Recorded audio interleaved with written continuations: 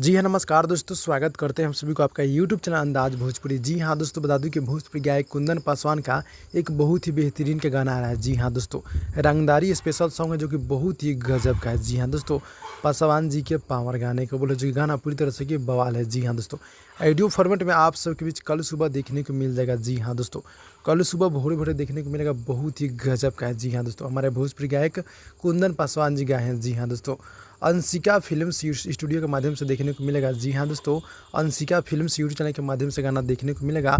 बहुत ही गजब, बहुत ही हाई लेवल का है। जी हाँ दोस्तों, प्रदीप प्यारा जी गीत को लिखे हैं और बहुत ही गजब के गीत है। जी हाँ दोस्तों, भाई इस गाने को आप लोग कल सुबह सुनिएगा, बहुत आनंद लीजिएगा। जी हाँ दोस्तों, और इस गाने को आप लोग एक शेयर कर दीजिएगा। जी हाँ दोस्तों, गाना कल सुबह भोरे भोरे आएगा आप सबके बीच। जी हाँ दोस्तों, आप सब इस गाने को देखिए और रील्स बनाइए इस गाने पर, क्योंकि गाना जो है ना बहुत ही गजब का होने वाला है। जी हाँ दोस्तों, तो फाइल की छोटा सा अपडेट था, अच्छा लगा तो लाइक कीजिए, चैनल को सब्सक्राइब कर दीजिएगा। मिलते हैं अगले वीडियो में, तब तक के लिए धन्यवाद दोस्तों।